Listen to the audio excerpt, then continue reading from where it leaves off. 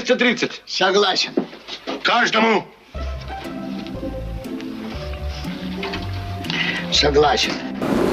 Как на семью, потому что моя зарплата была тогда, когда уже была семья. Я военнослужащий, первый день не потратил на то, чтобы купить бритву и побриться. Не помню, что было давно. Ну, что-то такое личное для себя просто. На еду? Не такую на еду. На общежитие, чтобы заплатить. На себя, на имидж.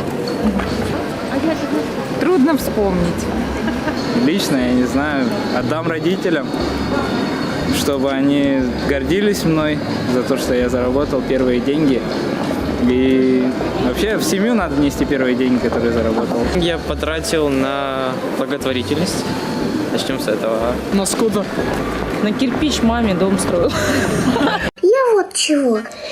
Если я действительно стою 100 тысяч миллионов, то ну нельзя ли мне получить хоть немного наличными, чтобы я мог купить маленького щенка?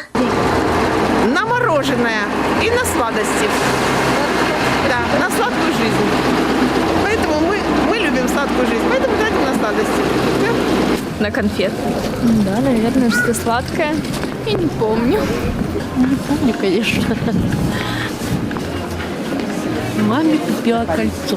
Я не помню уже, честно. На жвачку, может быть.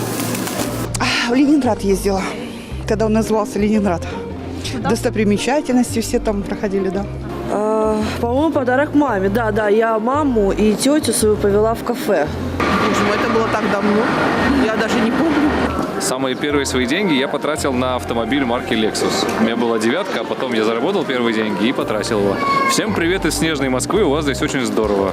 Мы только приехали, нам очень нравится. Поверь мне, Карлсон, не в пирогах счастье.